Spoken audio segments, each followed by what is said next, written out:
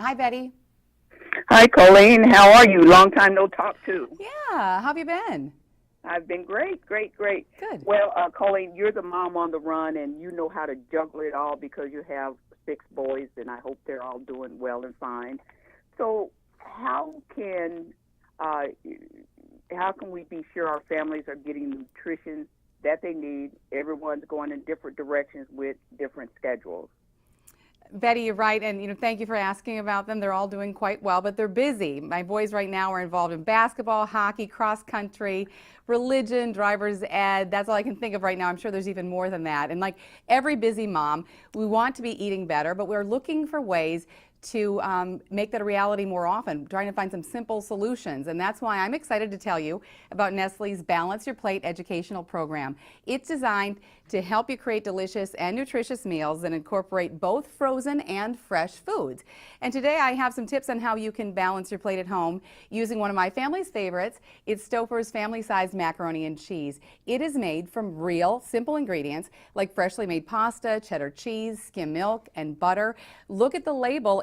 I feel good about serving this to my family because there aren't preservatives and very simple ingredients I can recognize. And after you pop that Stouffer's mac and cheese into the oven, you have some extra time to create a balanced meal by preparing some side dishes packed with protein and some fresh produce. You have about 75 minutes once the macaroni and cheese gets into the oven. So one of my favorite dishes, this roasted Brussels sprouts and butternut squash recipe. You use a little pomegranate glaze on the top. Super simple, very nutritious, easy and quick. Also, to add a little extra protein, I like this marinated garlic and citrus drumstick recipe. Both of those can go in the oven and cook as the macaroni and cheese is finishing off. And then you've got yourself a little extra time to spend with your family before you sit down to eat dinner together. And eating dinner together is so important. In fact, that routine is linked to better academic performance and behavior and even lower rates of obesity. So making some smart frozen food choices makes it easier for me to make sure my family has that quality time together.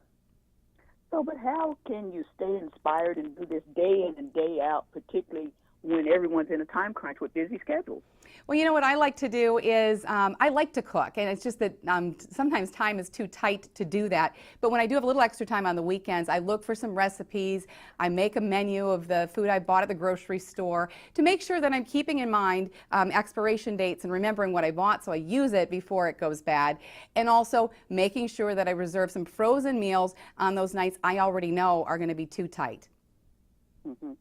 So what is the best advice that you can leave for a mom on the run, such as yourself, dealing with her family and giving them the best?